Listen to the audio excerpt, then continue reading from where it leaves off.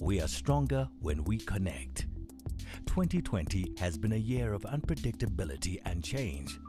Through this, the one thing that we have all strived to maintain is connection. To connect is human. It's hardwired to our happiness. The district development model is all about connected development and innovative enterprise-level information management and decision support system. Conceptualized by the South African government's Department of Cooperative Governance and piloted by the Development Bank of Southern Africa, or DBSA, it has the power to strengthen alignment and break down silos. The DDM is a connector. Designed to enhance social compacting, it plays a massive role in creating inclusivity, transforming local economies, helping eliminate poverty, reducing unemployment, and alleviating inequality. The district development model opens up communication lines and keeps important entities connected. On a high level, it improves cooperative governance and intergovernmental relations and coordinates resources across all three spheres of government. The DDM has been designed for the future, implementing tools for short-term COVID-19 interventions and bridging the urban-rural divide. A community-based development model, the DDM empowers the previously marginalized, giving them opportunities to play more meaningful roles in society. It is also designed to support water and sanitation needs in vulnerable areas and strengthen government's current risk-adjusted strategy. This can be scaled up to meet increased needs. Using the Information Management System, or IMS, to spatially reference the government's short, medium, and long-term development interventions. This real-time decision-making allows for integrated planning, budgeting, and implementation of infrastructure across the country. This coordinated support will help accelerate local economic development, urbanization, and economic activities on a countrywide scale. But more specifically, tailor-made solutions and the grassroots provision of basic services become far more effective and expeditious. And this is just the tip of the iceberg. The DDM can be scaled up to address the needs of the SADC region for short, medium, and long-term planning. It can accelerate and increase service delivery at the coalface when disasters strike, and can provide operating models for developing countries that seek more integrated approaches to their infrastructure projects. The Paris Peace Forum is an ideal platform to introduce the world to the DDM. The model integrates intelligent design with smart working methods, contributing to social advancement, inclusion, sustainability, and cultural empowerment. The DDM is built on an ethos that states, "We are all in it together." And it's this approach that will ultimately result in a paradigm shift. And through this, we will prove that we are stronger when we connect.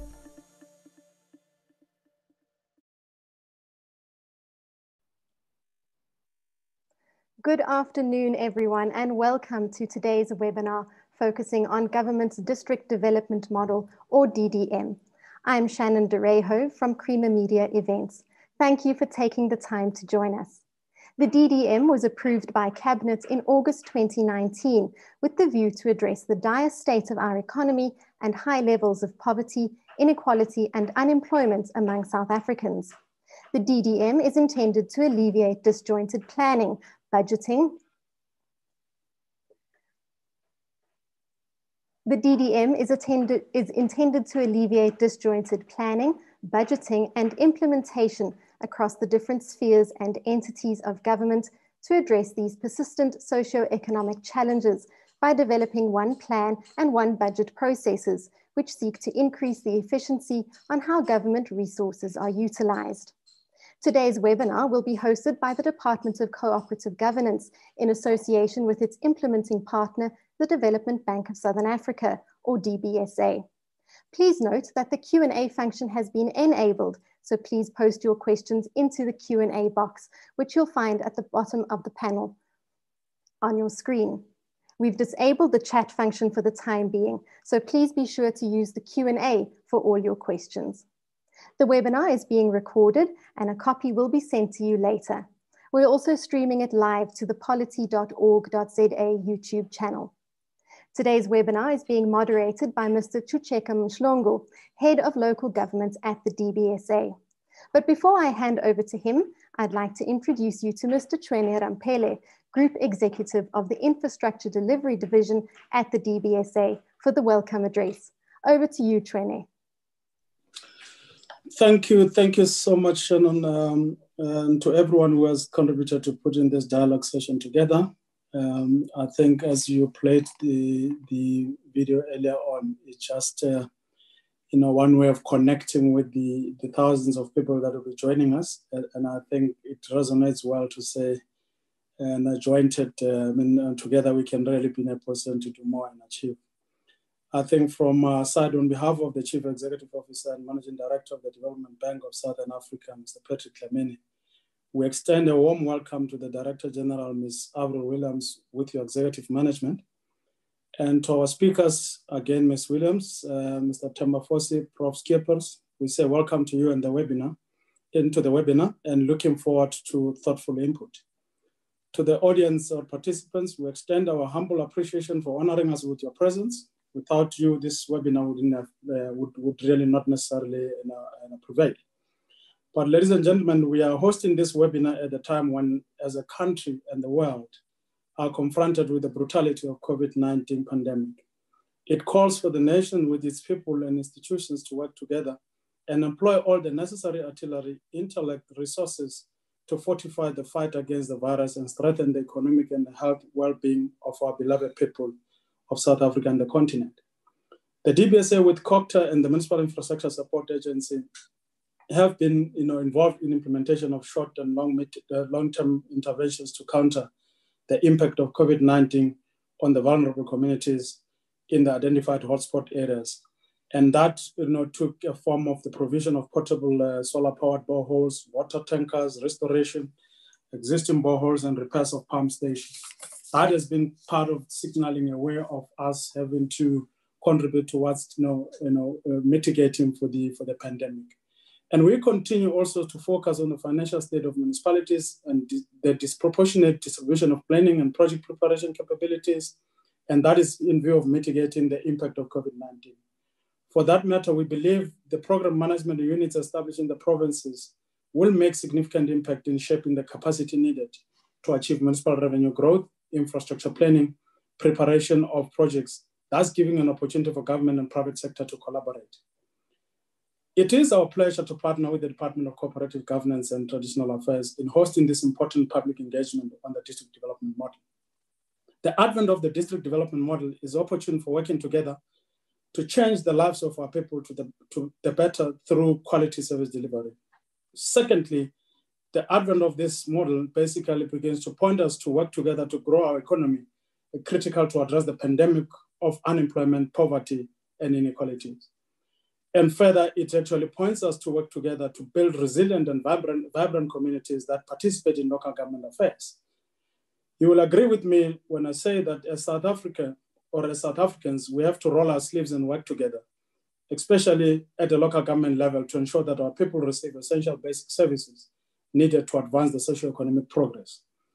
As the DBSA, we come in as an organ of state, assist with their mandate of contributing to economic growth and building the institutional capacity pertinent to progress the fight against poverty, unemployment, and inequalities, as I said.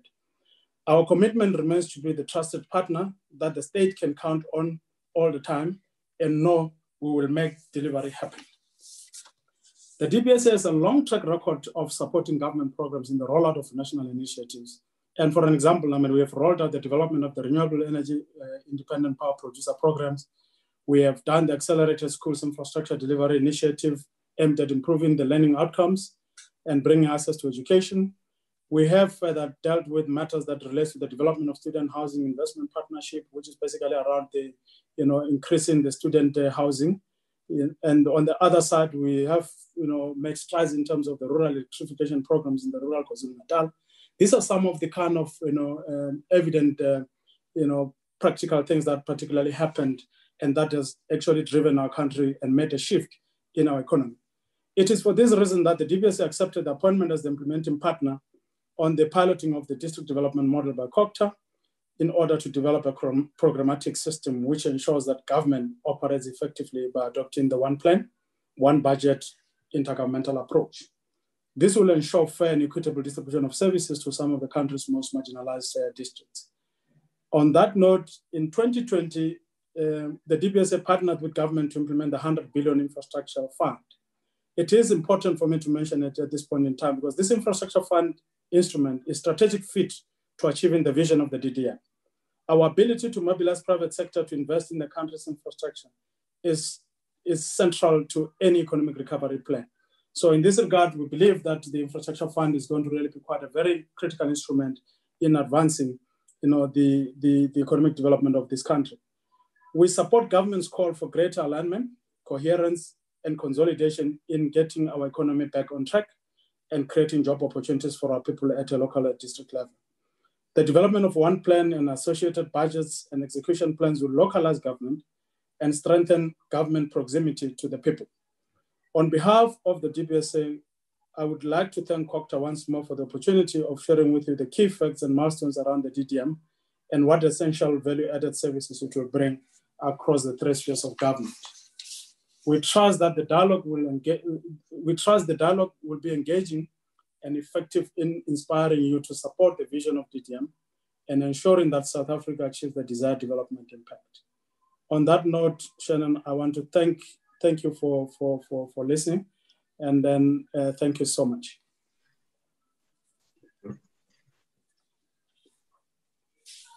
Thank you once again, and thank you for welcoming all the participants to this webinar. Before we proceed, I would love to welcome Ms. Avril Williamson, the DG from COCTA.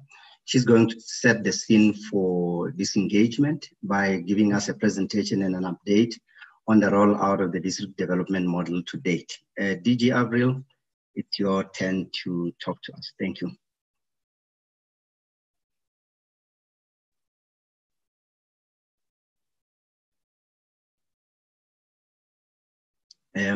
May I get an indication if she's been able to join?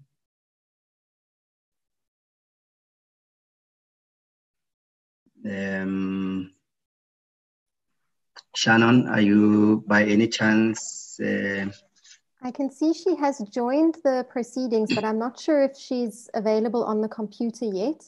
Avril, can we get an indication? Or Patrick, are you there?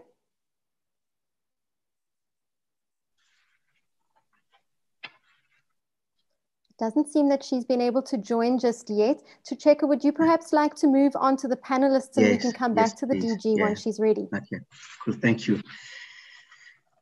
We'll then proceed to the main area of the program for today. I have the honor and the presence of three panel members.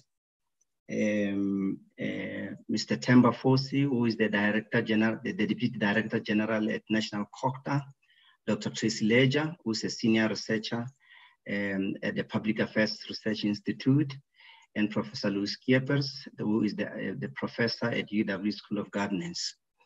I am going to take the three panelists and allocate 15 minutes to each one of them.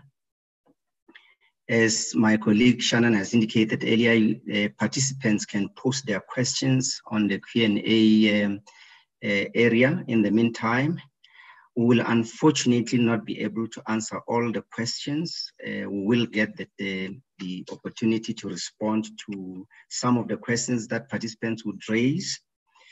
I will introduce each panelist and the subject that they're going to address. And the three of them will speak one after the other, and then we'll then come back to questions and answer session. The first speaker that I'm going to introduce is Mr. Themba Fosi. Mr. Fosi, the DDM is meant to raise the bar for performance of all three spheres of government by facilitating reflection of service delivery and development outcomes. The key shifts required, bold and new paradigms and innovative ideas to enable transformation, a transformative and a game-changing effect on the people, the economy, and the space of the 52 territorial areas.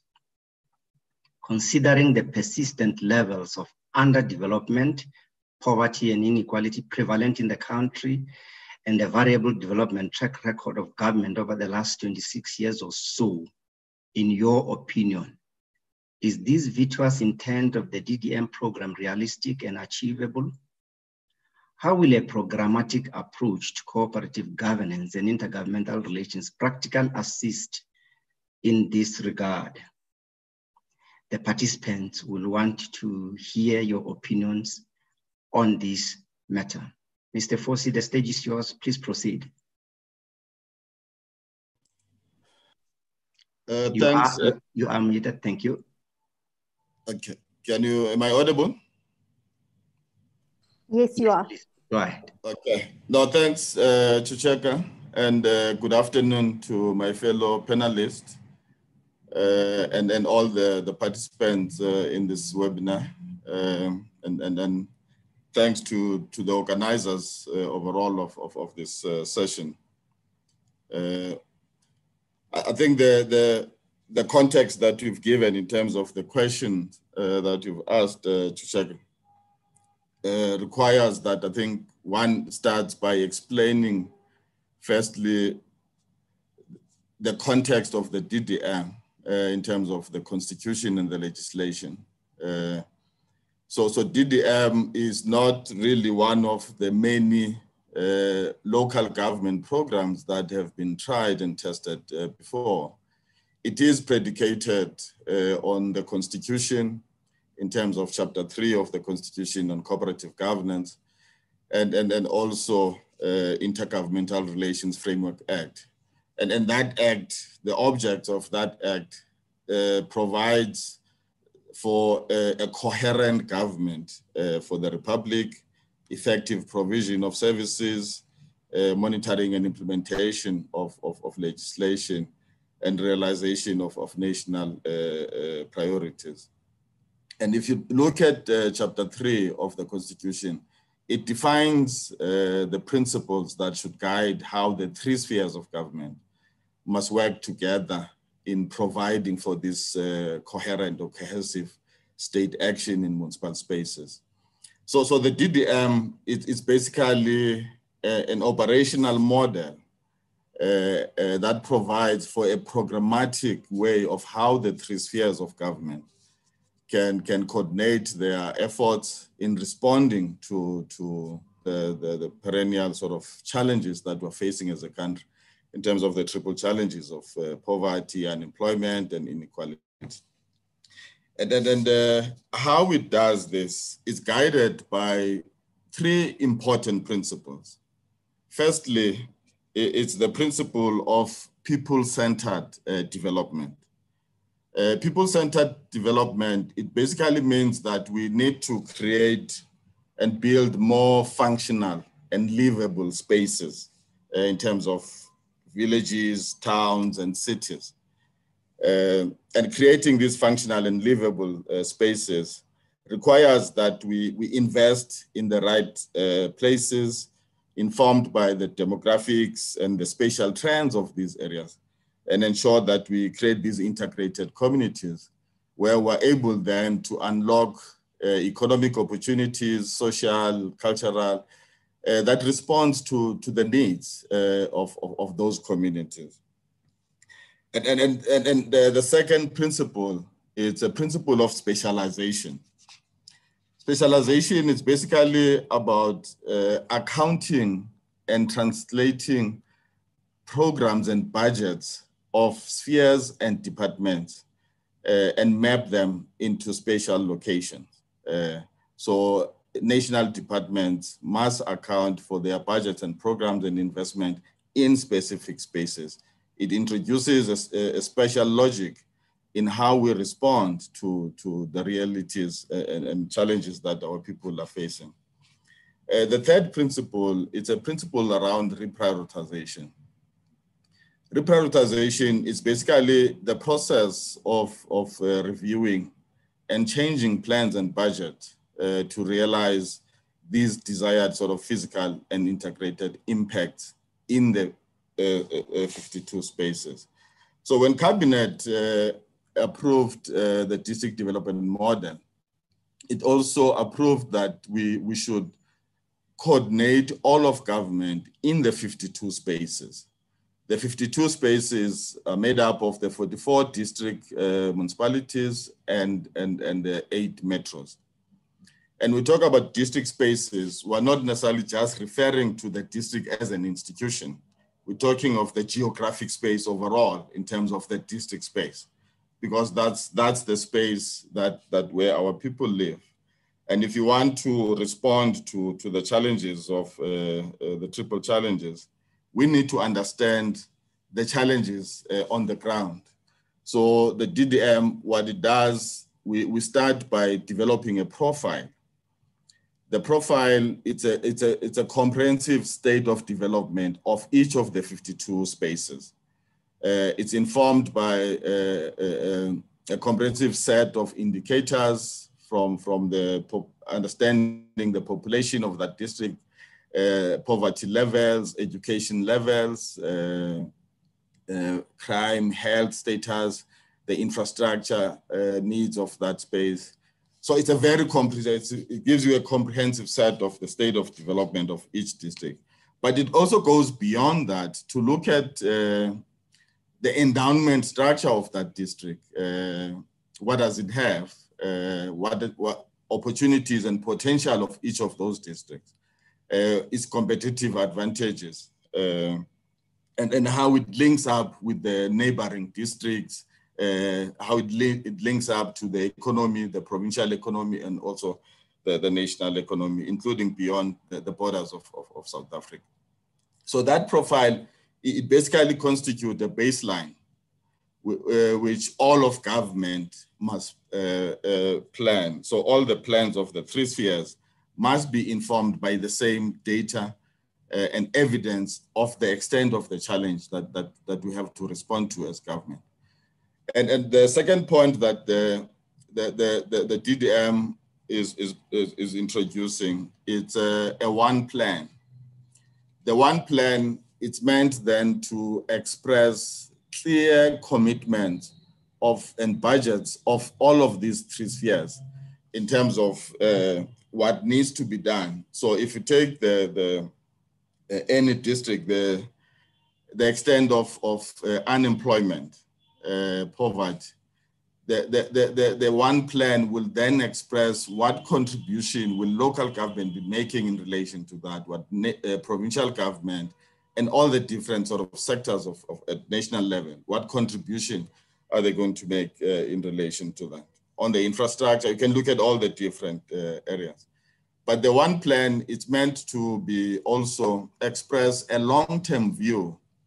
As we know that as a country, we have a national development plan, and that national development plan, it can only be implemented if it's translated and expressed in these 52 spaces, because that's where the growth of the economic growth of the country will come from. That's where social and economic development of our people will actually be. These activities are happening at a local level.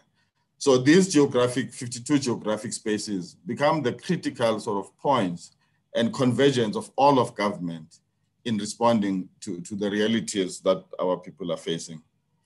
But I think the critical point to make is that the DDM, as a game changer, it basically introduces a new way of working to ensure that as the different spheres, state entities, but also civil society, as we work in unison, ensuring that we're focused in a responsive way to the challenges, we're able then to mobilize all the different sectors of society. So it's not just a government approach.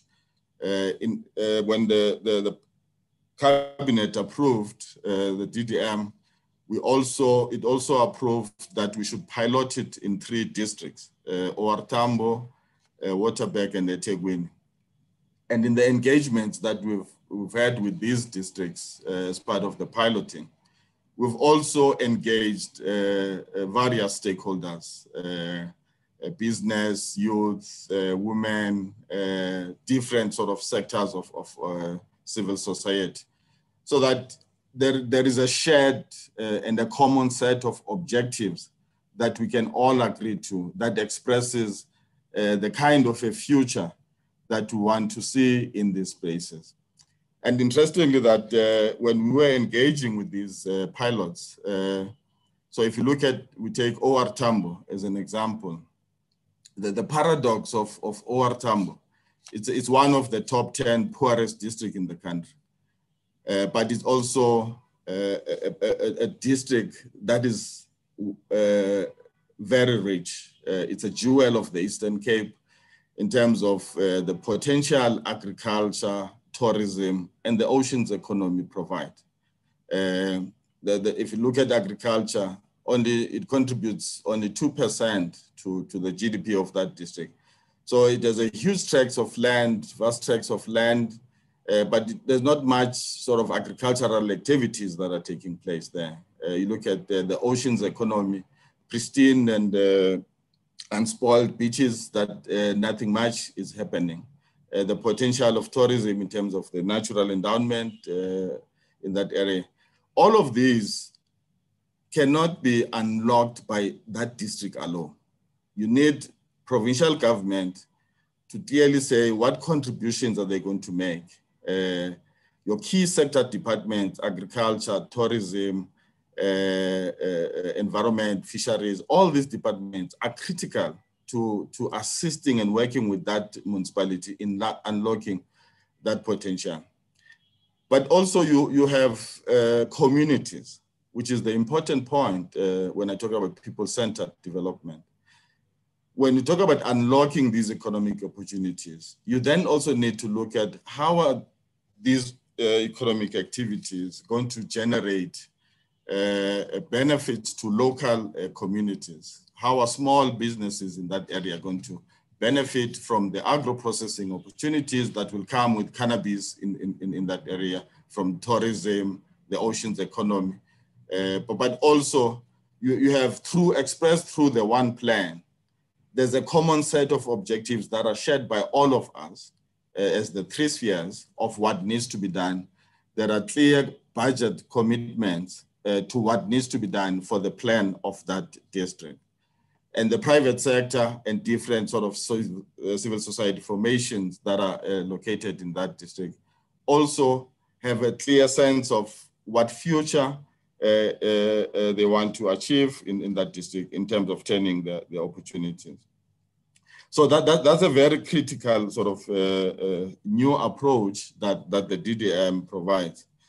And the lessons that we have learned from these pilots, if we look at the past 25 years, our cooperative governance is clearly still characterized by silos, fragmentation, and duplication in how the three spheres work, including poor utilization of the resources of the various spheres. And you can measure that in different areas where there's no spatial logic that is informed by the needs on the ground, where there are schools that are built in areas where you have fewer learners. So it's about really moving away and beyond just delivering outputs like houses, schools, individual services, to ensuring that we build these more functional and livable spaces that provides economic opportunities for our people. And if all of us are then working towards and guided by the same sort of vision, we're able to mobilize all of government to focus in these spaces. I think one of the areas that as a country we have not invested in, we have not invested in looking at mechanisms for and building sort of implementation capability. We have sound policies, sound structures, and so on that have been established across the three spheres.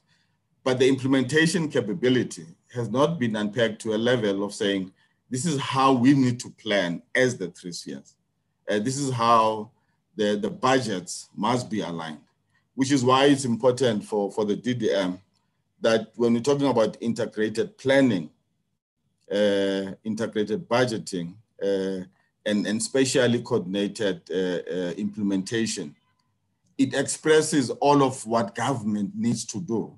It's not just the individual or sectors expressing what they want to do in a particular space, but it's expressed in one plan that can be utilized also as an accountability measure to assess to what extent has each sphere, each sector department contributed to achieving a set objectives in a municipal space. When the IDPs of municipalities were conceptualized, they were meant to actually play this role and be an instrument that expresses all of government. But as we know, the past 25 years, IDPs have basically become a municipal plan. Sector departments from the other spheres have not really participated in ensuring that they express clear budget commitments. So the DDM then becomes sort of an intergovernmental instrument that provides us with a programmatic way of how we look at these challenges. The other important and critical factor is the issue of the state of municipalities. We know that there are challenges with the state of our municipalities.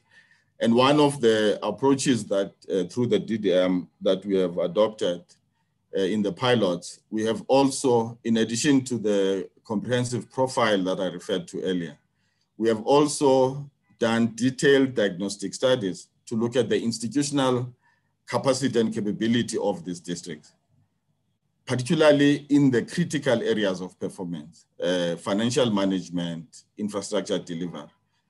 So we know in terms of the skills, in terms of individuals, but also what systems do they have? What's the state of infrastructure in this district, and what is required to address those challenges? So that assists us then to also coordinate all your capacity building programs, including ensuring that there's a coordinated way to how we respond to capacity challenges that these municipalities are facing. So the local government sort of stabilization program is also going to be informed by these profiles, where we have a good sense of what's the state of the finances, what's the state of the infrastructure, but also institutionally, what skills do they have? The organograms, do they have the right people with the right skills to actually perform the required sort of responsibilities? So, and of course, when COVID hit us last year, we also learned from the challenges that COVID brought. It exposed some of the fault lines in terms of the extent of poverty, unemployment, and inequality in this country. And for the first time, our intergovernmental machinery has been very effective in the coordination of the COVID response plans. The regular sort of reporting lines that are coordinated effectively from the district command councils to the provincial command councils, and also at national level, including how all the packages, response packages to addressing some of the challenges of COVID have been coordinated across the 3 spheres. So the DDM is also building on those lessons to ensure that the economic recovery plans post-COVID are responding to the fundamental challenges that would have been brought by COVID. We have also established hubs which will play a very central role of coordinating all of government. These hubs will ensure that all the efforts of the various spheres, various sort of sectors of society are coordinated centrally in terms of their response to the challenges of each district, and based on the priorities that would have been identified in the one plan. So we continue to establish partnerships with various stakeholders, big business, research institutions, universities, to ensure that we also improve the data and evidence-based sort of information to inform and strengthen the prioritization processes and planning processes at the municipal level.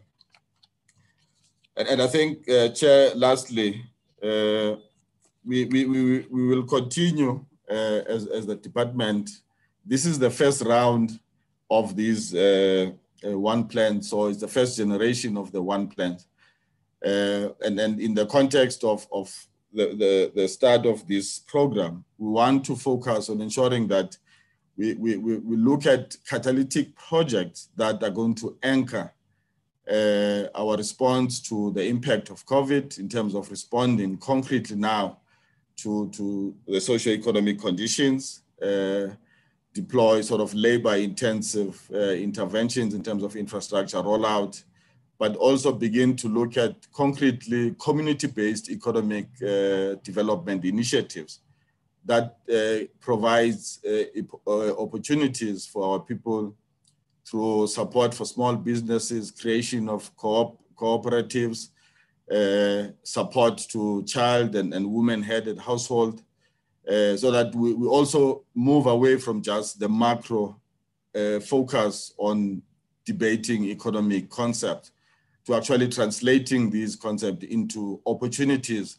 that are actually available in the 52 spaces, which ultimately are the opportunities that will drive growth in the country and the development of this nation and achieve the goals that we have set in the National Development Plan. Thank you, Chair.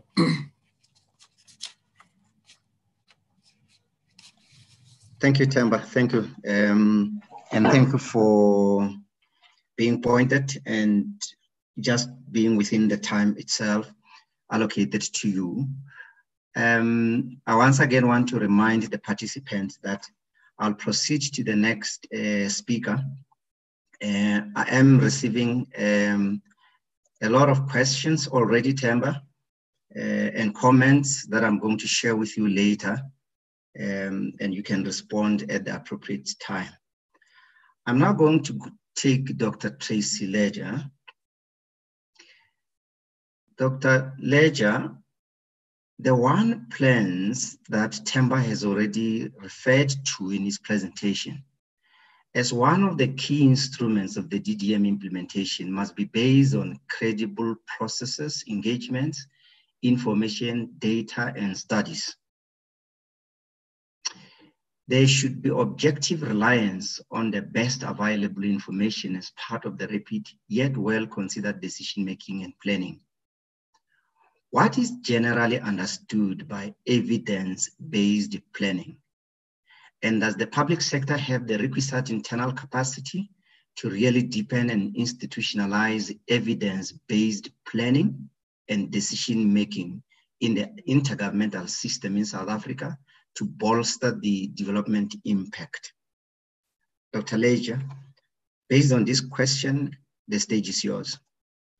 Thank you very much, and good afternoon, everyone. So, I mean, the district development model, as we've been told in the introduction, it's an intergovernmental relations-based solution to achieving the goal of developmental local government. And local government is absolutely key to achieving some of the most important developmental and transformational goals that as a country we collectively have. But clearly things have not panned out the way that we have hoped or the way that we have expected. I think this is no secret. In his closing remarks at the weekend Lekgotla, the President said that the Lekgotla emphasized the centrality of addressing all challenges in local government towards economic development and improving the lives of South Africans. I'm going to very briefly try and address two very big issues. Firstly, what is the evidence-based planning that we need to ensure that the district development model can achieve its goals? Secondly, do we have the internal capability to do this planning? And here I'm expressly using the term capability instead of capacity. I'm echoing the comments of the DDG and reflecting the language of the National Development Plan.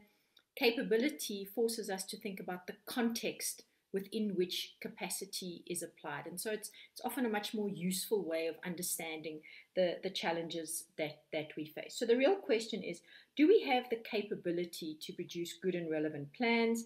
Do we have the capability within the state to ensure that the district development model is actually going to achieve the challenges that it is setting out to achieve? To paraphrase, if I might be so bold, the comments of the President, do we have what it takes to address all the challenges that we face? Do we know what it takes to address all of these challenges?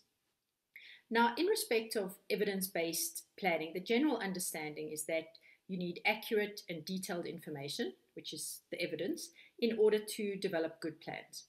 And this is necessary to ensure that your plans are anchored in the reality of the socioeconomic environment in which you find yourself, and the environment that you are planning to impact.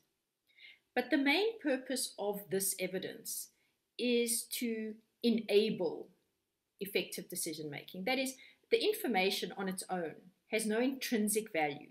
It's only useful as an input into effective decision making. And that means we need to think very carefully, we believe, about two issues over and above the detailed spatial, demographic, and economic data that we normally think about. The first is that all planning in the public sector involves trade-offs. We operate in a resource-constrained environment, at the present more so probably than any time in our history. That means we have to choose among multiple outputs.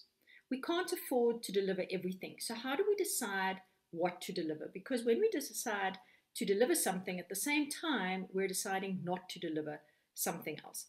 This is the critical issue of prioritization. On what basis do we decide to do some things and not on other things? What kind of evidence do we need in order to make choices about the best use of our resources? And this is one of the shortcomings of the current planning processes, which is based on responding to all articulated community needs and doesn't always incorporate a clear and detailed prioritization method.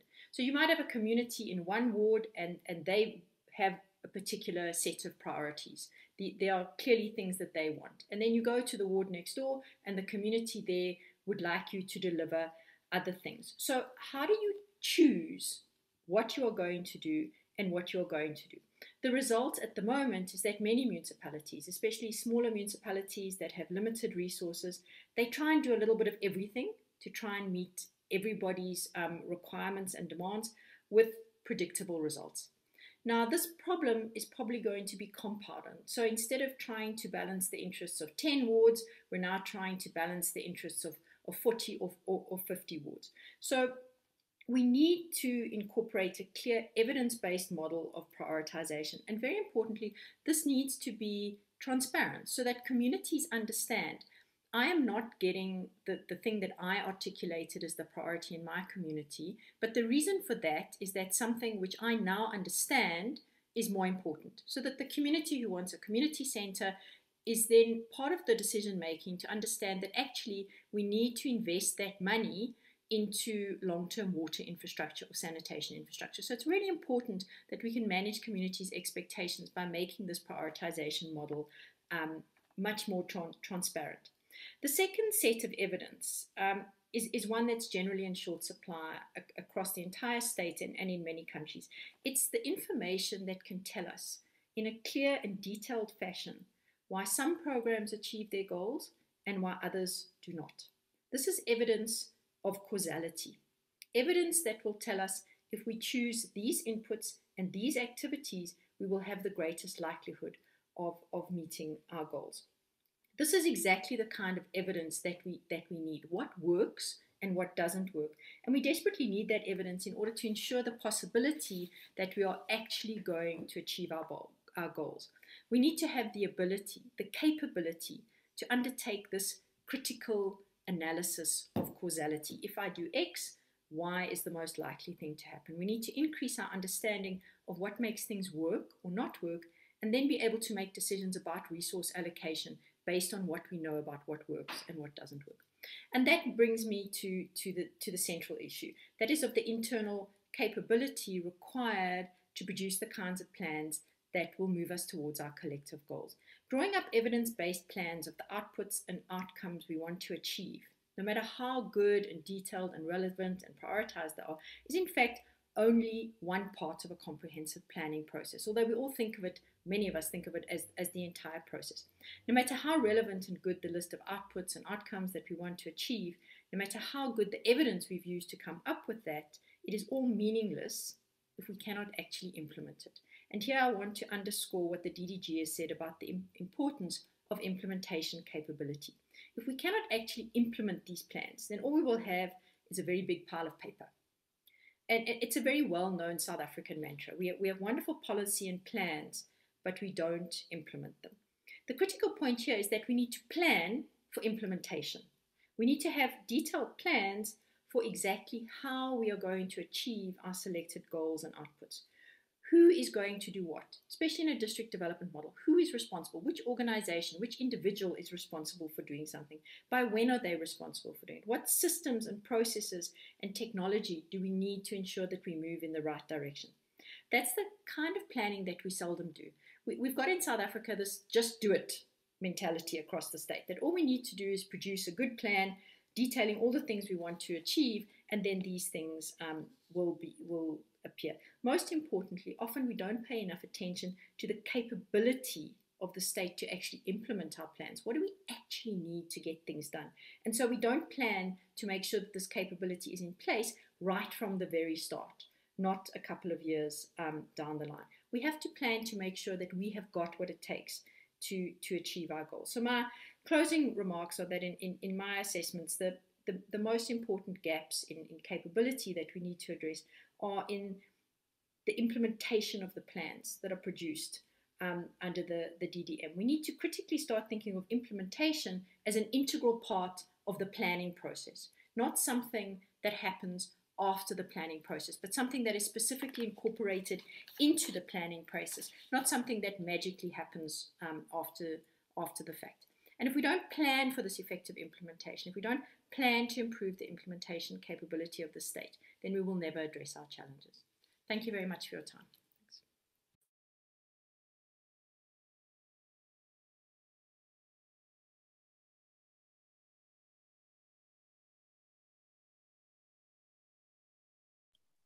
Chucheka, you seem to be on mute.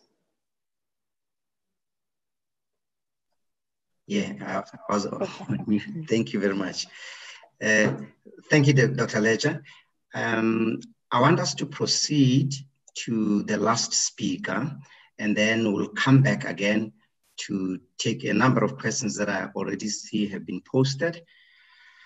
Professor Louis Schiepers, intergovernmental planning and alignment are a complex process that have not been successfully achieved and institutionalized thus far.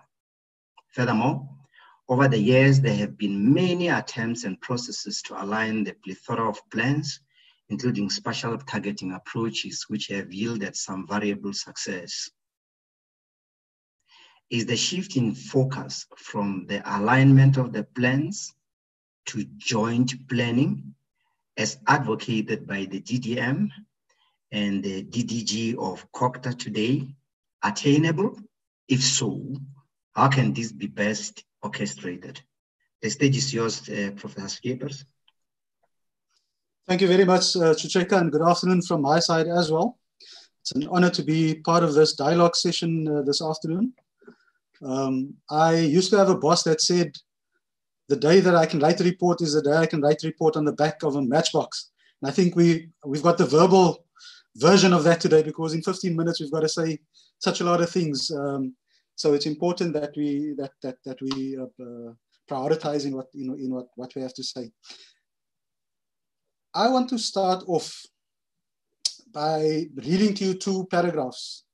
And it goes as follows. Irregularities and abuses attaching to the collection of taxes had led to the recent dismissal and prosecution of the town treasurer and to the suspension of the municipal controller and auditor. But they held out no hope of permanent improvement in the town's administration, financial or otherwise. Its members could not give sufficient attention to the day-to-day execution of municipal affairs, nor resist the effect of those corrupt or servile influences by which the interest of the public committed to their charge had been compromised. That's the first paragraph. I want to read the second one. The great majority of people in South Africa have some vague idea that local government is not on a sound basis. Not fully understanding the present system, they are at a loss as to what is wrong. Generally, the tendency is to blame the councillors or the officials. The fault is sought with persons and not with systems. Now, if I ask you to date those two paragraphs to me, I think most of us would probably say it's contemporaneous, right? It's at the moment. But actually, the first paragraph is quoted in a book written by a person called Green, and that was published in 1957, referring to a commission of inquiry that was established in 1826. The second paragraph comes from a book from a person called Floyd, published in 1952. And I think what we can glean from these two paragraphs and when they were written, what they refer to, is that the question of local government capacity is an enduring challenge in South Africa, and that we need to start looking for sustainable solutions to those problems. Otherwise, we'll sit here 50 years from now. Probably we won't sit here 50 years from now, but people will sit here 50 years from now and still struggle with the same issues that we're struggling with now. So we've got to look for those enduring and for those long-term and sustainable solutions to deal with the problem of capacity. I think it's important that we say to ourselves that since 1994, there's been massive improvements in the lives of people that are served by local government. If we don't say that to each other, I think we're not honest. But I think at the same time, I think we'll be lying to ourselves if we say that the trajectory of local government is positive, right? So even though we've had very good progress and we can look at the numbers, the number of people that have access to water and to sewage and electricity and refuse removal and those kinds of things. But we know at the same time that when we look at governance and other metrics, that there is an issue that we need to talk about. So if we look at capacity, for me, capacity consists of two equal things. The one without the other gives you a lack of capacity. So on the one hand, capacity is about the ability to do things, right? You are able to do certain things. But on the other hand, in terms of the context that we talk about, in terms of local government and in terms of public administration and the public sector as a whole, in addition to the ability to do things, you also need to have the will to do things, or the political will to do things, right? So those two things together is what gives you local government capacity. So I want to look back from 1994, just look at what are some of the programs and the strategies that were implemented. Just do a little bit of a look at whether they were successful or not, and then get to the point of the DDM model and look at its implementation. I want to be very practical about what should be done in order for the district development model to be successful and to achieve what it sets out to achieve. I think it's important, it's been mentioned before today, but it's important that we understand that we're talking within the context of the developmental state and developmental local government and the National Development Plan. I think that's the broad and overarching theoretical perspective that we have on when we talk about these things. So over the years, there's been quite a number of programs and support programs and spatial planning initiatives that have been implemented. So we've had, in 2004, a mere 4 years after the democratic system of local government came to being, we've had Project Consolidate. So 4 years after the implementation of democratic local government, national government felt the need to implement a program to support local government, right? So that was Project Consolidate. Then Sienza Manji in 2006, a support initiative by the Development Bank of Southern Africa to support Project Consolidate, 2006. In 2009, we've had the local government turnaround strategy. In 2014, we've had the Back to Basics strategy. On the spatial planning side, we've had the National Spatial Development Framework that was proposed by the RDP office in 1995. We've had the Spatial Development Initiative that looked at, an example of that would be the Maputo, Pretoria, Gaborone, Walvis Bay corridor.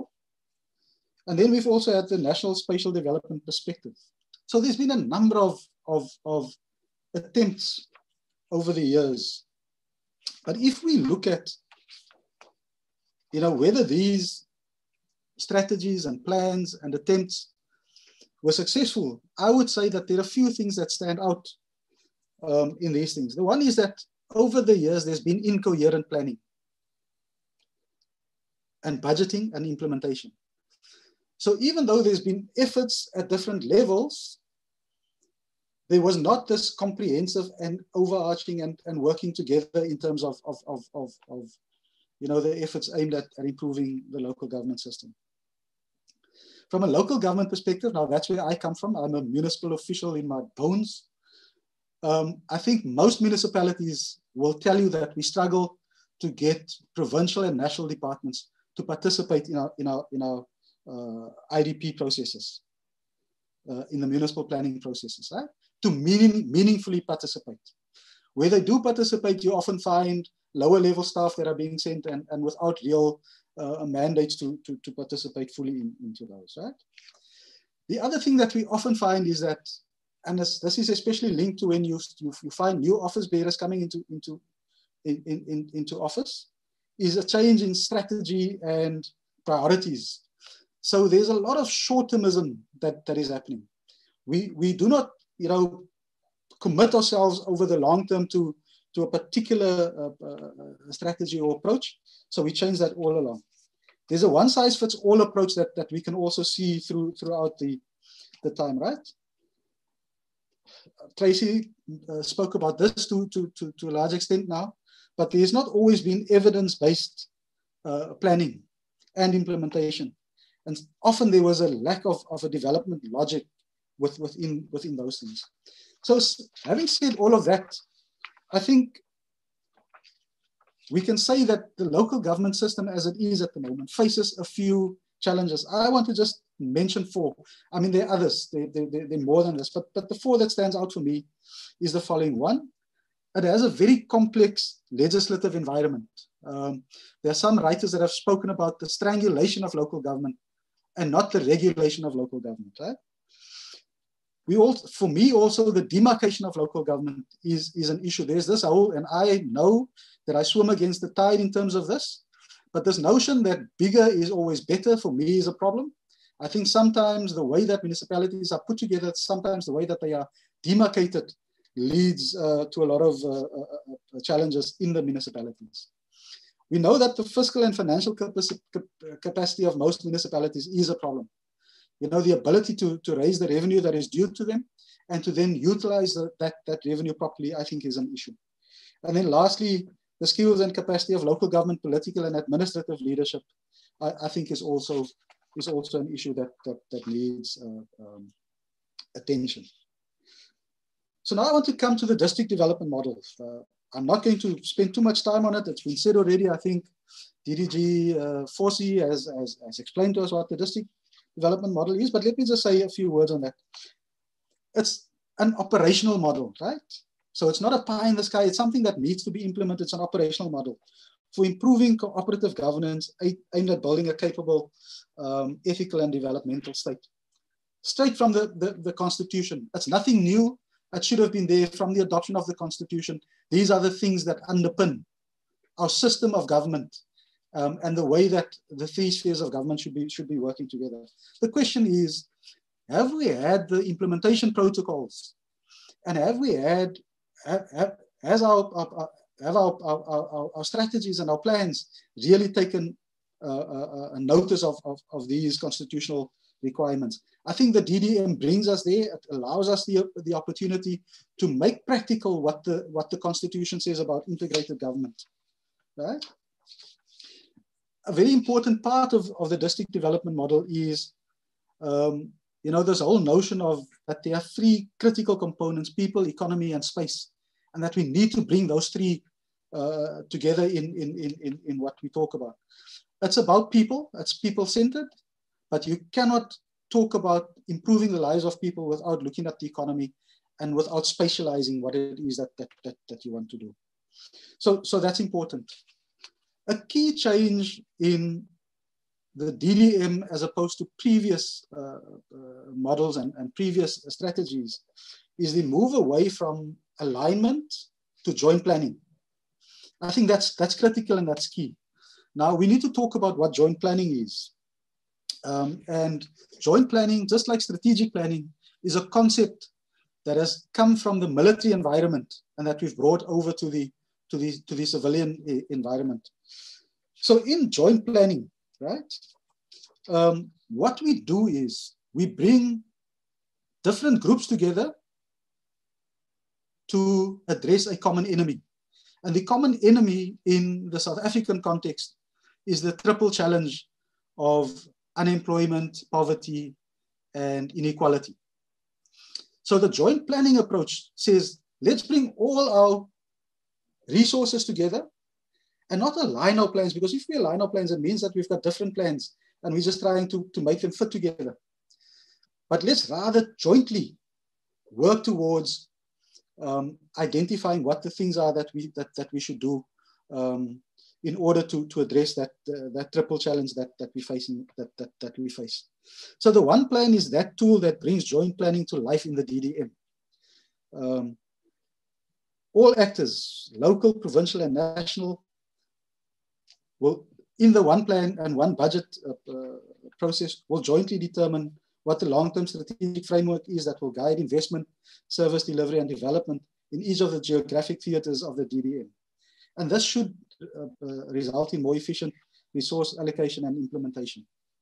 COVID-19 has given us an opportunity. It's a pandemic. It's been a negative thing for the world, but it's also given us an opportunity to have a real look at how we approach the challenges that we face.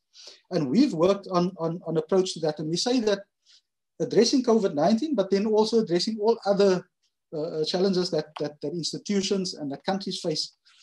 You've got to do three things. It's a three-phased approach in our opinion, right? One is you've got to respond to it. After you've responded to it, you've got to reset. You've got to, after the response, make sure that you reset and change what needs to be changed. And the last phase is to rebound from it.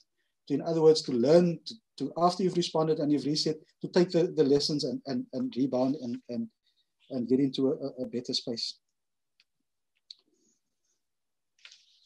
I want to get to what I think are the things that we should focus on if we want to make the DDM successful.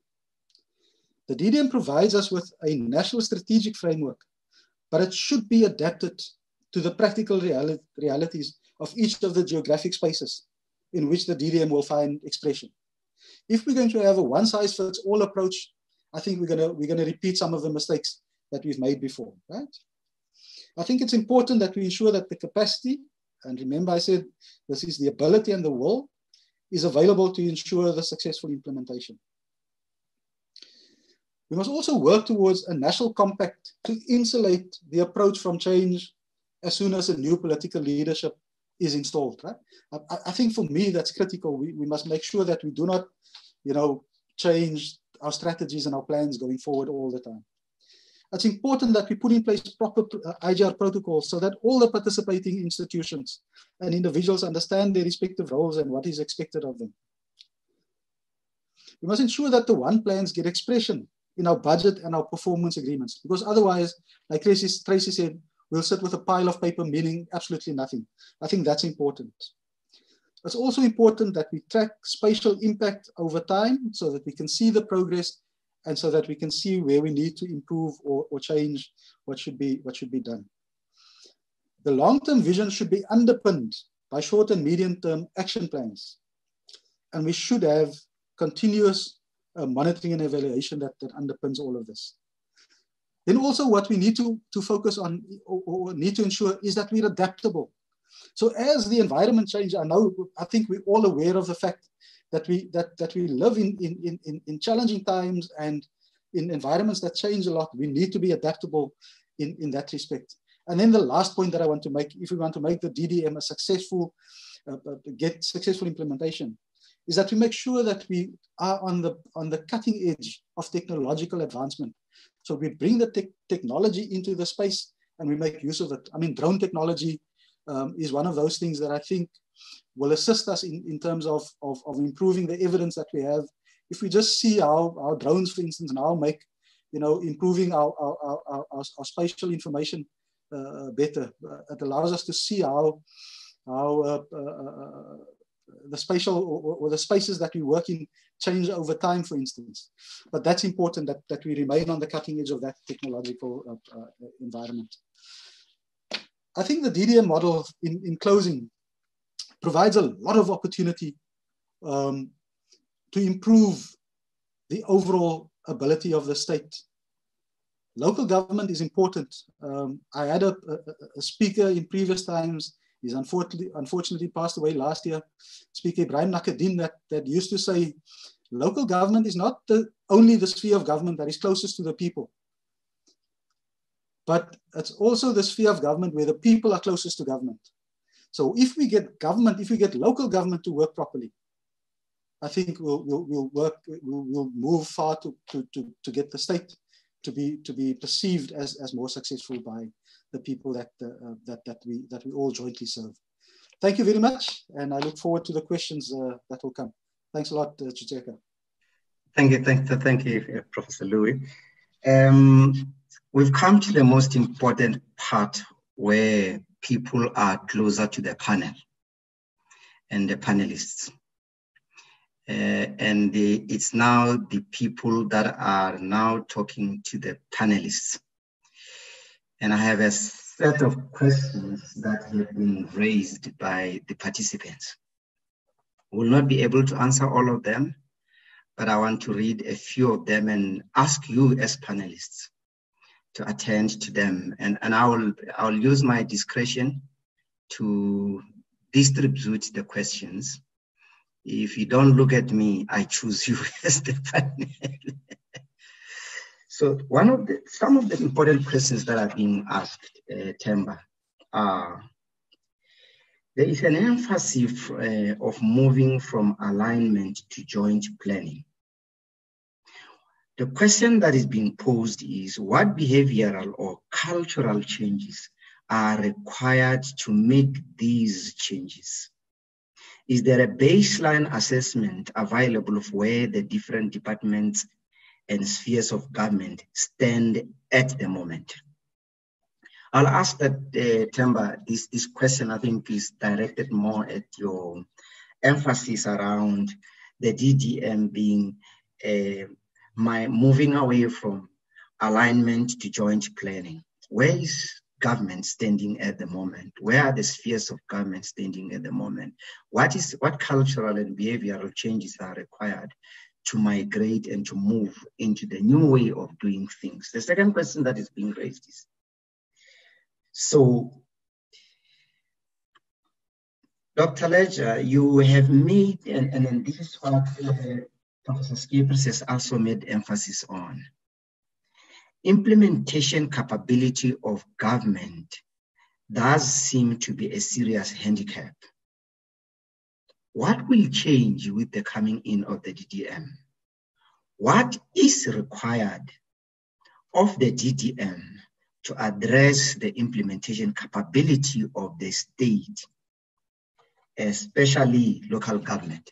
In fact, if we wake up tomorrow and we've jointly planned, we've moved away from alignment, will we have resolved the issue of the capability of the state? And what is required of the state to be able to do things differently with the plans at its disposal? This, I think, Professor Skippers and Dr. Ledger, is an area that you have been hammering on, and the participants are asking. We hear that, and we've heard that during Project Consolidate. The third question, and I'll pause before I come with the last round of questions. The third question that is being raised, Themba, is as follows. Since 1998, there has been many models of government, and examples have been given by Professor Skiepers: Project Consolidate, Back to Basics, etc., etc. And the question that is being asked is, what's different with the DDM? Is it another model that will disappear with the current administration? And how do you shield the district or institutionalize the district development to survive the changes in the with the changes in administration?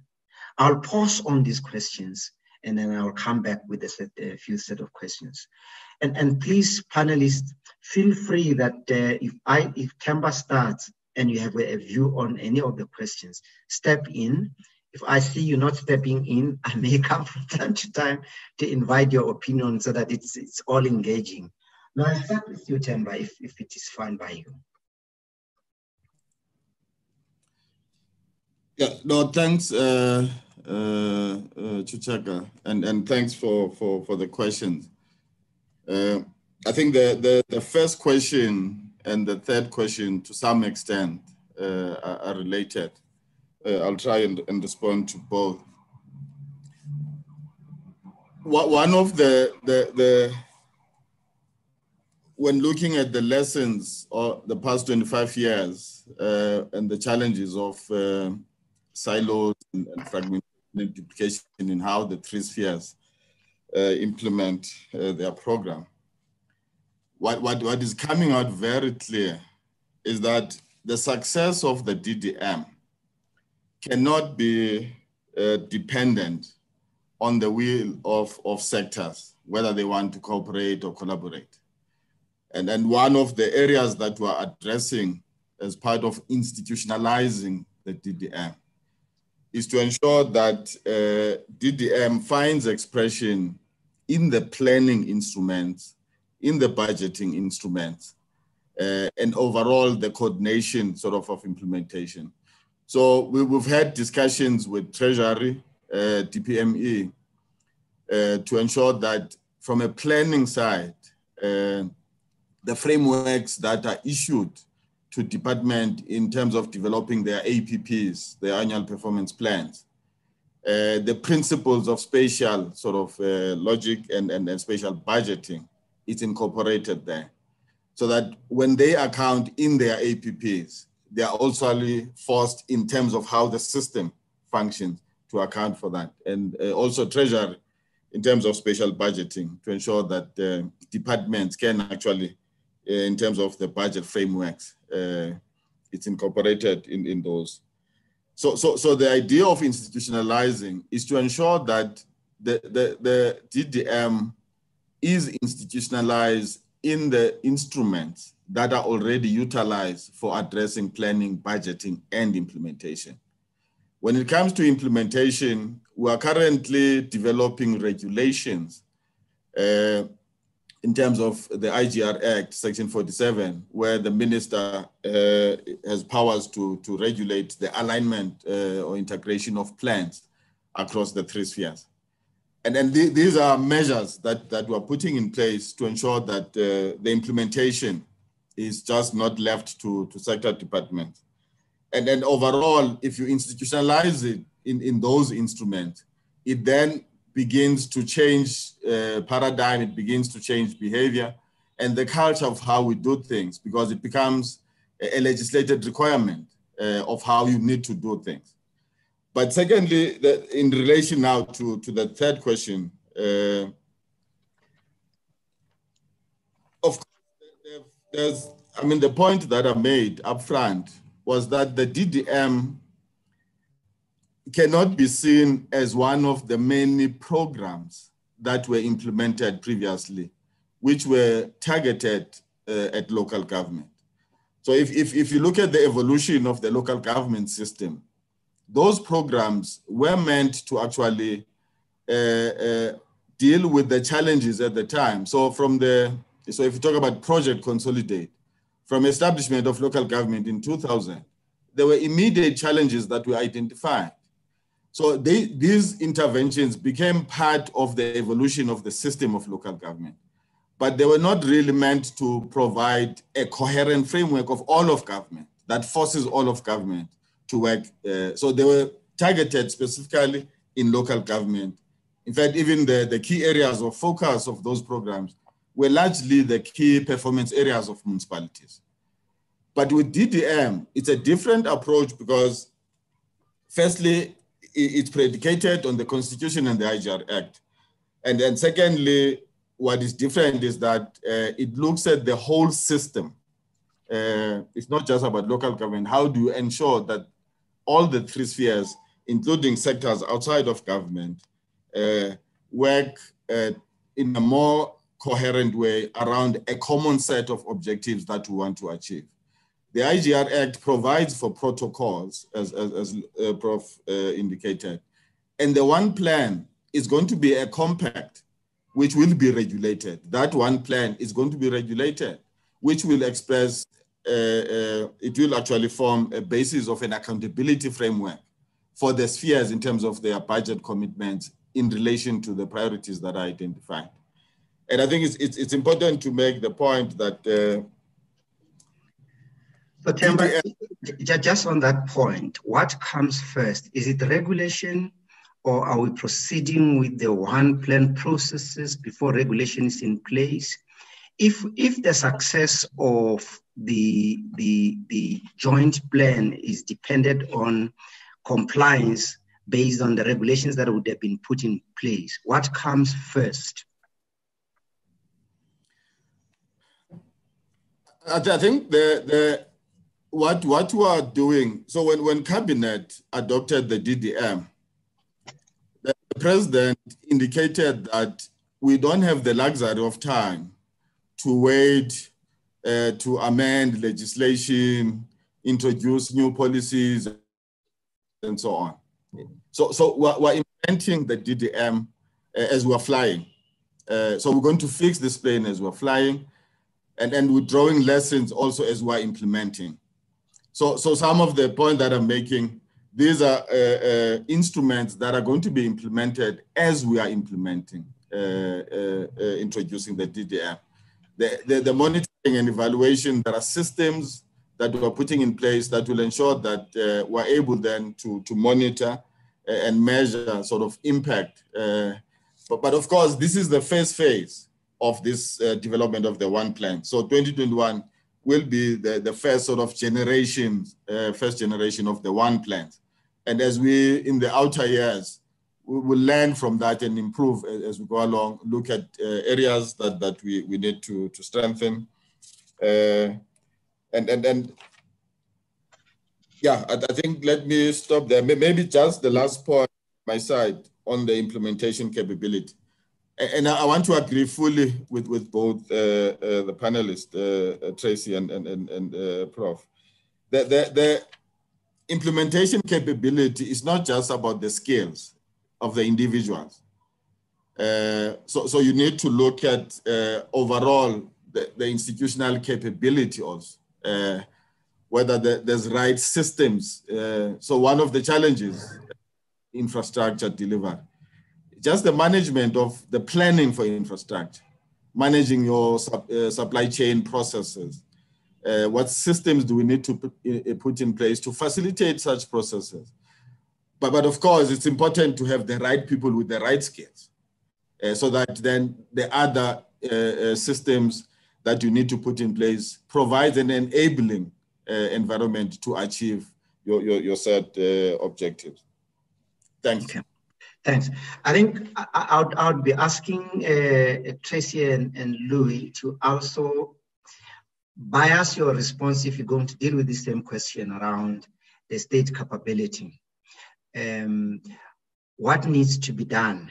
How soon that needs to be done? Is it something that can be done later, or is it something that needs to be done as soon as possible if we were to assure the success of the district development model going forward? What are the gaps?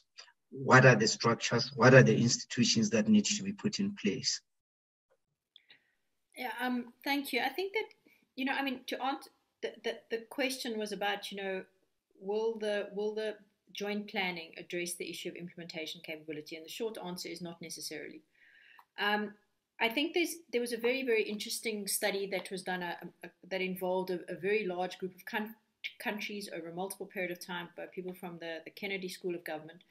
And what they were looking at was the outputs of the state, what the state actually does and what it achieves.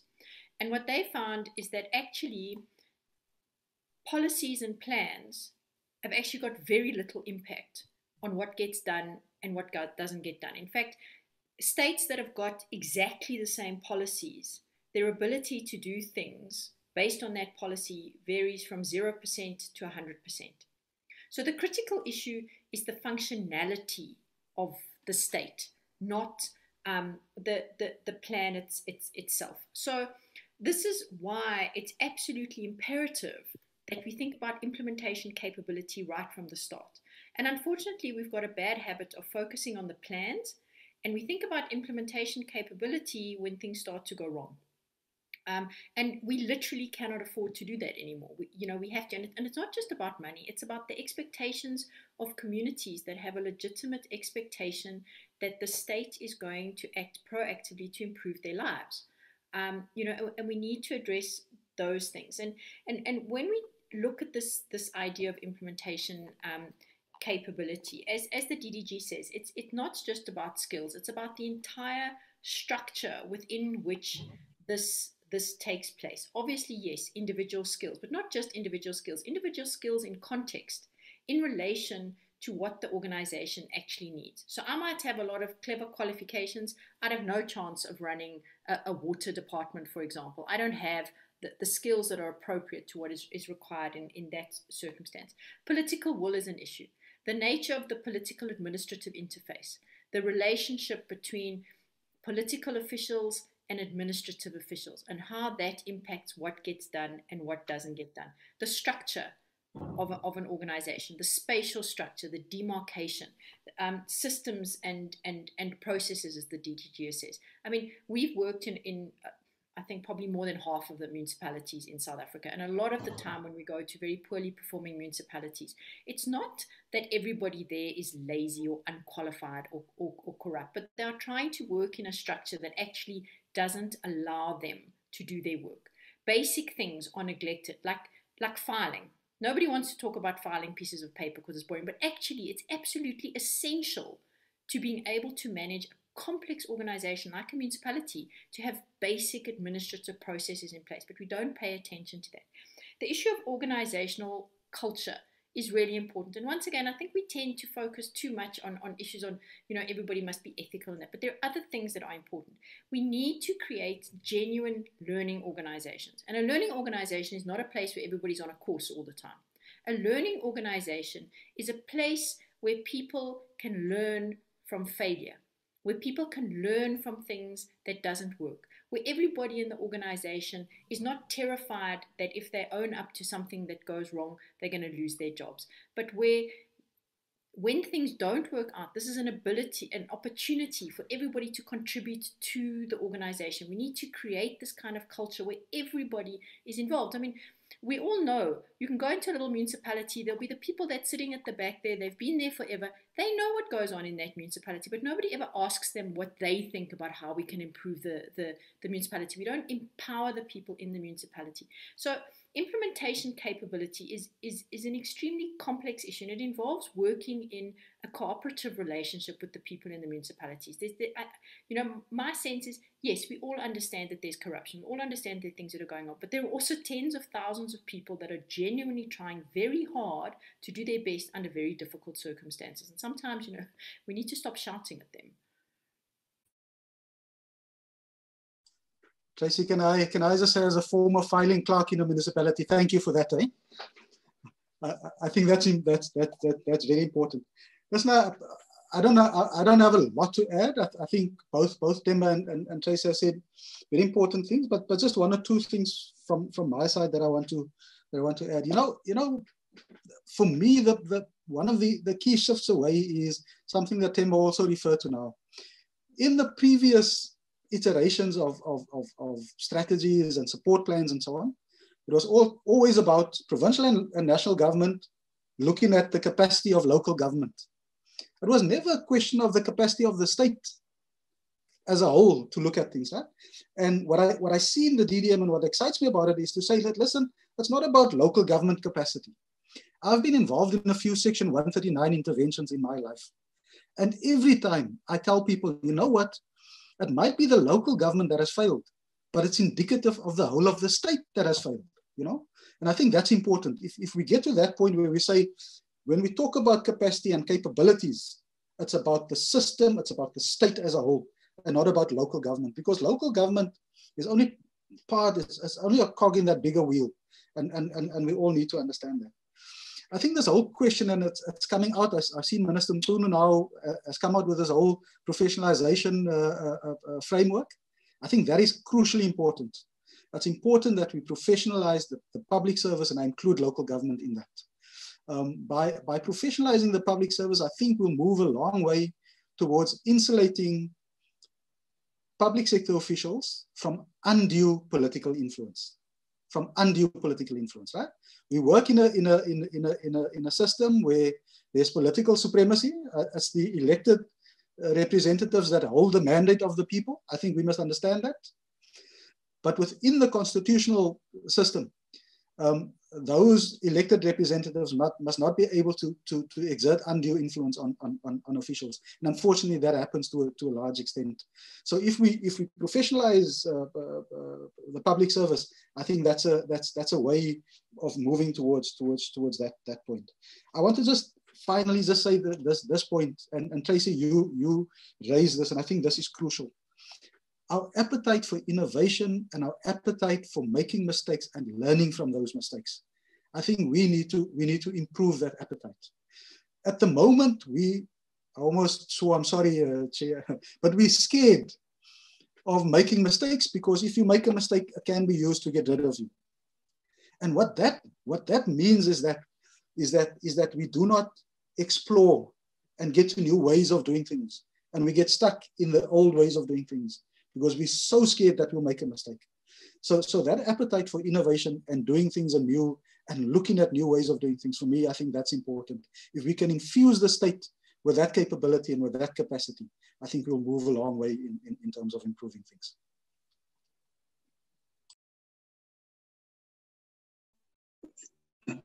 Let me thank you, panelists. I'm going to ask that the participants are now going to receive a poll.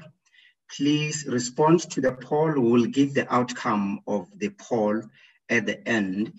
The poll is asking very specific questions. It's a yes or no in the majority of instances, but it will give us an indicator of the perception and the views of the participants on the specific areas that we are asking here. And I see that it has already started to tick and it's moving a bit faster. I want to get back to my panelists with the last round of questions. The district development model is raising the expectation of people that more will be done and more will be done efficiently. It read from the question that one of the participants has raised. It's the DDM anticipates one budget or joint budgeting for one plan. Has budgeting for government programs in spaces been a problem, less efficient, less impactful? Will there be new money for the one plan going forward for more to be done? And I think this is a question that I want to pose to all of the panelists, irrespective of whether you are in government or not. The second question, which is one of my last questions that are coming from the participants, is government spheres plan and execute in silos. It would appear that the basis of planning evidence stroke information is different. Joint planning will require same reference base of information, coordination of spheres, etc., etc. How will we achieve this through the DDM? Or put differently, how can the DDM planning process achieve this? This, I think, it goes back to the question around if the state currently is planning in silos and it's unable to coordinate its planning because anyway it uses different reference points and bases for information or evidence, it means what they think is important, how they prioritize is different. How can the state, through the DDM, achieve this? And I think this will talk to the areas that both Themba and yourself, Tracy, have raised. To an extent, Louis has raised this issue as well, around the fact that we do need the evidence-based planning. But how do we achieve it? You want to start, Louis, before I get back to Themba? I see Themba has taken a great chunk in the first round, and I know he doesn't have a Red Bull by himself. So maybe to give him a chance to recover. You want to start? Go ahead, please. Let me start with the last point, the evidence-based planning that you've referenced. Now, from a municipal perspective, if you speak to most local government officials, they'll tell you that they are so fed up with all the different departments in the state, approaching them for information and sometimes for the same information. Department of Water Affairs wants information, then it's human settlements, and then it's province. And so I think what we need to do is to design a framework within which we can get the information that the state needs to make its decisions on, and where it's possible for that information to be automated out of the system. Because there's a lot of information in the system that you do not need a person to fill in a questionnaire to get that in, right? So I think if we do that, if we design for the whole of the state a system where we can extract information from your annual financial statements, from your performance plans, from all those things, I think we'll reduce the number of times that municipalities and I suppose other organs of state are approached to get information. I think by automating and by, like I said in my input, by making sure that we stay on the cusp of technological advancement, I think we can go a long way towards that. Getting the information is the one part of it. I think having the ability to properly analyze that information is important. To have qualitative capacity in terms of understanding what that information means, I think is important. Because just having information means nothing if you can't use that information, if you can't analyze it and use it in a way to improve your planning going forward. I think it doesn't mean a lot. So evidence-based planning, it's important, but then we need to make sure that we first of all get the data and that we are able to analyze the data. I think that's important. I think it's also important that we understand that there is a particular global, but also a particular South Africa specific financial context within which we operate. The reality is that as a result of COVID, but also as a result of other things, our fiscus is under enormous pressure. So anybody that thinks that the DDM is going to provide new budget and new financing and new funding is making a mistake. I can tell you it's not going to happen. I'm not even in the state, right? So there's a big challenge to all of us to see how we can do more with our dwindling resources, because our resources are dwindling. So how can we be more effective and more efficient with the resources that we have? That's one. From a local government perspective, I think the funding and the financing of district municipalities is something that we need to get sorted out going forward, because otherwise the district development model is not gonna survive. I think we need to get this discussion between Treasury and COCTA and local government.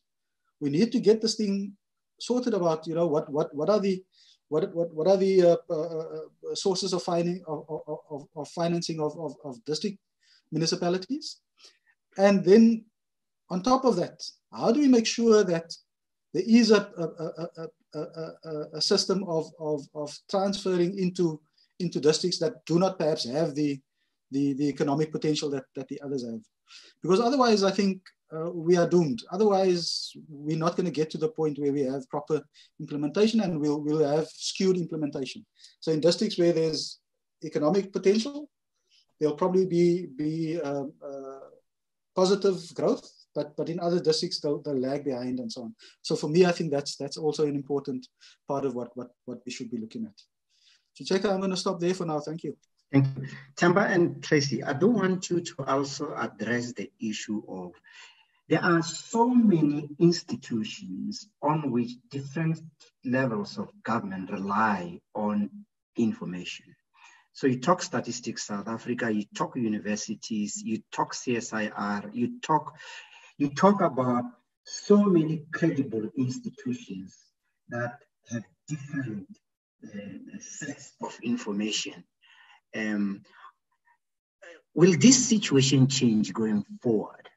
The state will have a certain center where information can be sourced for purposes of planning, or will we continue to rely on appointed consultants for that moment of compliance to be able to get information? So where will the information, how will we manage the information that should be used as evidence to influence planning and budgeting, and to be able to monitor the impact of those activities? Chamba, you can start, and Tracy will probably go ahead. Yeah. No, thanks, Chichek. Maybe let me start with the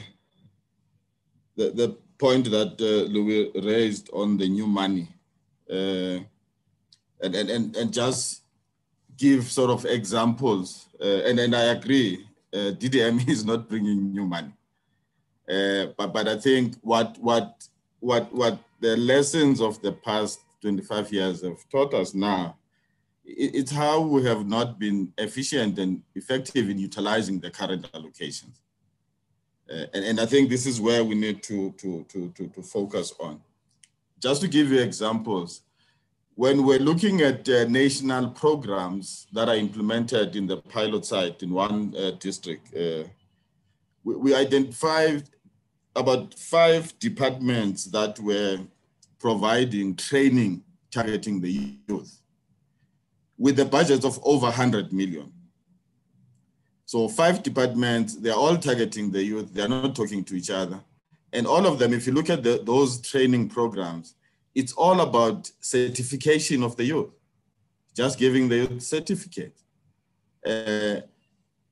If you then say to those departments, in OR Tambo, you know that there's 34% unemployment, and almost 80% of that is the youth. A youth that majority don't have any education. So in that specific district, your target is about addressing the challenge of unemployable youth. You're not talking unemployment general, but we're saying in this district, this is the challenge that we have. And if there are departments that are providing training programs, how are those training programs designed to respond to that reality of OR Tambo, for example?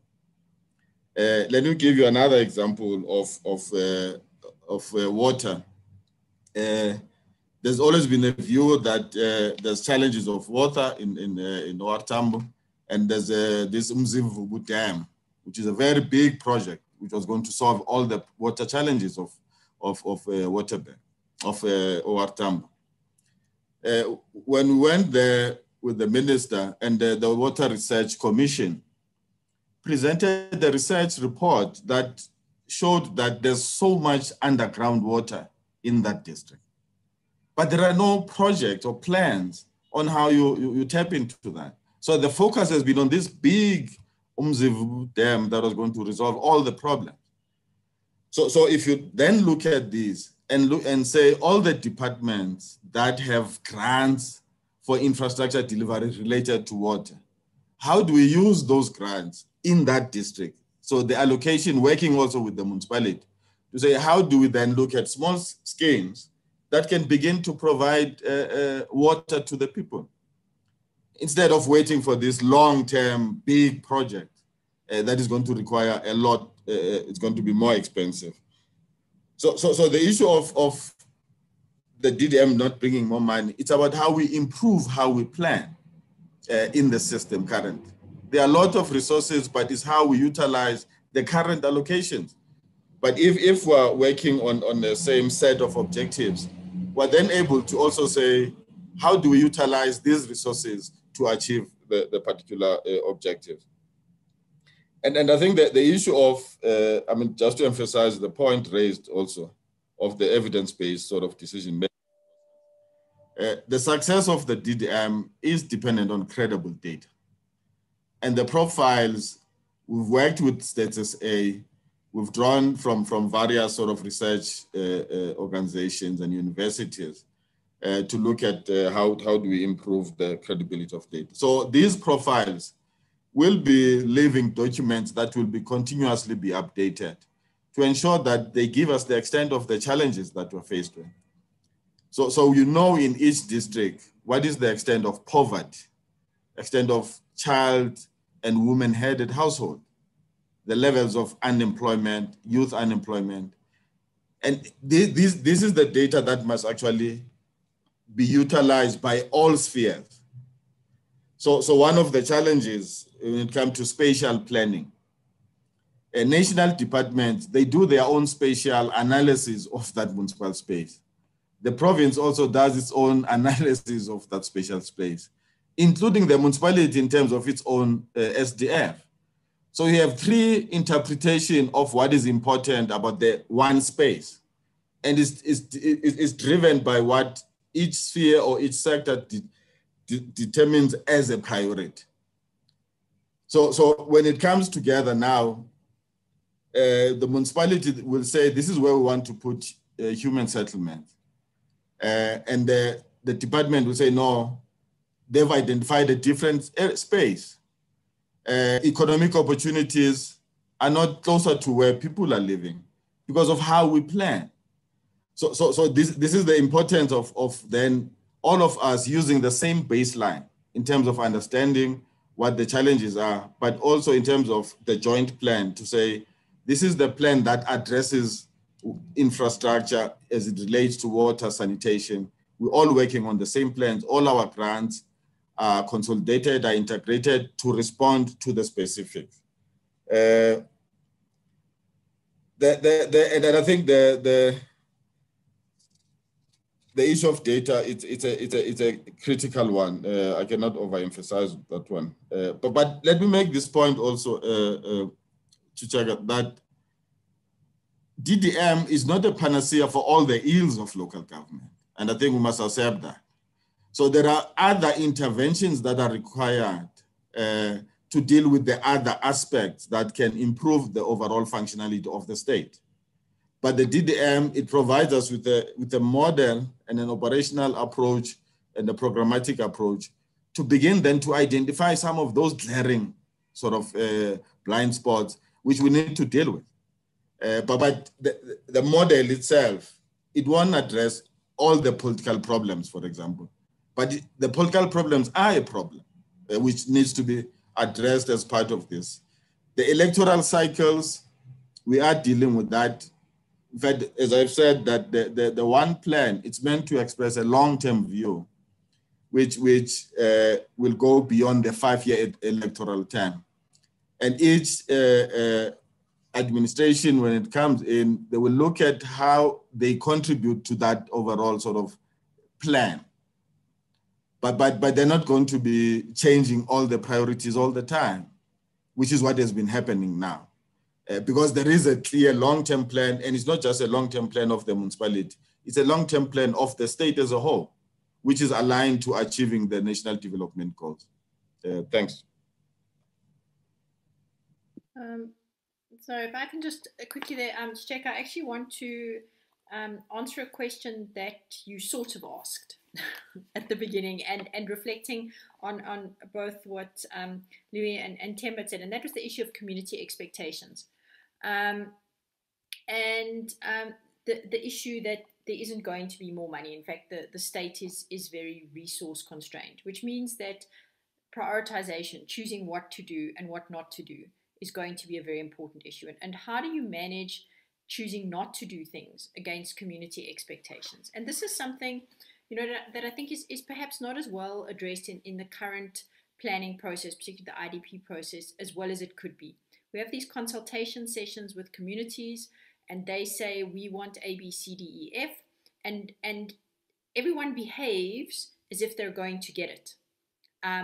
Or everyone behaves as if, this is the only thing that counts. We don't see real active engagement with municipalities, with communities, to sit down with communities and say, look, this is how much money we have in our infrastructure budget.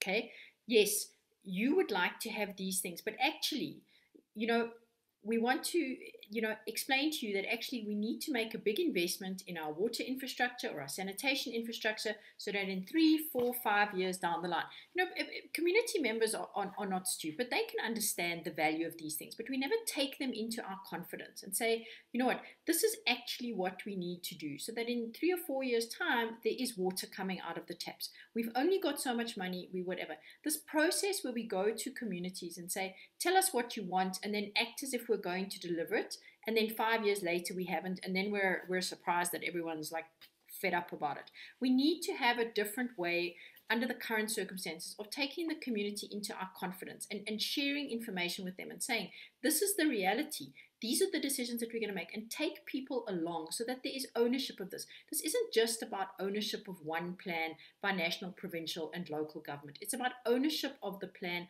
by everybody who lives in this spatial unit, by everybody who lives in the place. And we can't take people along on the journey until they understand why we have made certain decisions. And I think that is a very, very important part of having a really different approach towards planning, so that this is something that people participate in. Not Chicheka, you are muted.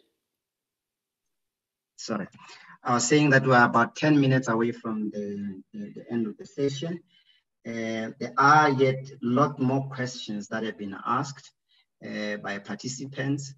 I think we'll also make these questions available to the organizers, and we'll share these questions with all the participants to the extent that we can be able to create a platform where some of the answers are provided. We'll continue to do so.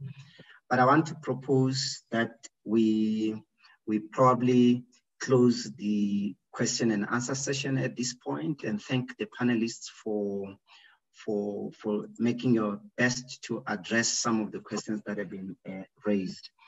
We are going to take the results of the polls. There has been a poll that has been raised with the participants here, but before we go there, I want to see if these key observations are important from today's session. I think what we have been able to pick up from a few of our the 3 panelists, is that we do need accurate and detailed information in order to develop good plans to ensure that our plans are anchored in the reality of the socio-economic environment that planning is taking place in. Additionally, the purpose of evidence is to enable effective decision making. And that is that information has no intrinsic value, as Tracy has said. There's no intrinsic value on its own, but only as an input into the decision making, especially in the planning and budgeting processes. Then we must think very critically about 2 key issues that Tracy has raised, and most of the other panelists have raised as well. First is that all planning in the public sector involves trade-offs. And because it involves trade-offs, we have to make choices.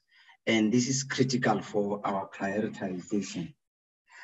What we have still to establish from the discussion we had today is that we need to still work harder in establishing on how we generate this evidence, this information for all of the state, so that reliance on the credible information is not all over. And I think it's an area that we can still work on as we proceed with the evolution of the district development model.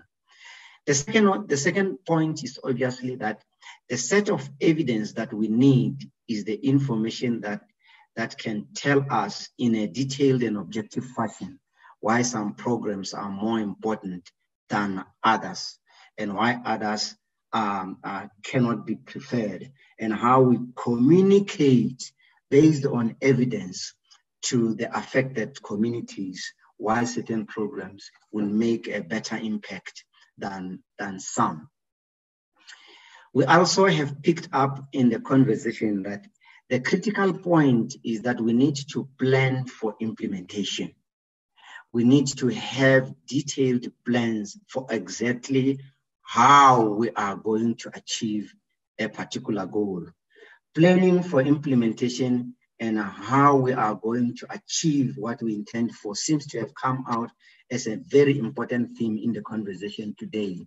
And I guess this is a takeaway that the district development model people that are working on it now are going to have to work very hard on. Lastly, we have also picked up in the conversation that the capability of the state is very important, both in the planning, in the budgeting, and in the execution, and that the reference to capability here would mean skills, it would mean technology, it would mean putting institutions, putting structures in place, putting processes, putting all the mechanisms that enable the state to function and to be predictable in the way it executes its mandate. I think Themba has raised a point that we have a plane that needs to be fixed while it's in the air. Legislative enablers to change the culture and behavioral changes of the state at various levels does seem to be a question that participants have raised, and a very important point. How do we get the state to change from how it has over the last 26 years done its things without relying on what the legislation is saying? Or is legislation going to be fast-tracked enough to enable the state and organs of the state to feel comfortable that in executing their work, they are not breaching the law? Lastly is the spatial location of government programs does seem to emerge as well as a very important element of the district development model. And the fact that reference has been made that previous programs have spoken to local government and not all of the state does seem to be a very important differentiator of the district development from previous initiatives. This summary does not capture everything that we have been discussing today. It is but just a high-level capture of some of the issues that seem to have come out of the conversation here. There are teams that have been working behind the scene that are going to elaborate on this summary, and they will make it available to the participants that are here. At this point, I want to ask Shannon to come on board to share with us what the results of the poll are. This is a measure of how the participants in this session are seeing the district development model on the various aspects that have been raised in the poll. Shannon, you there? Thanks, Chicheka. Yes, I've just shared the poll results now. As you can see, majority of the responses have been quite positive. With the question of, is the DDM achievable? We got a percentage of 73% said yes, so that's good news. The second question, do we have evidence demonstrating the success of localizing and spatializing in the context of local government initiatives? That was 59% no, but I don't think we should see that as a negative thing. We can see that as something to work towards. And then the third question, does South Africa have real prospects in achieving the vision of the DDM? And we got an overwhelming yes at 69%.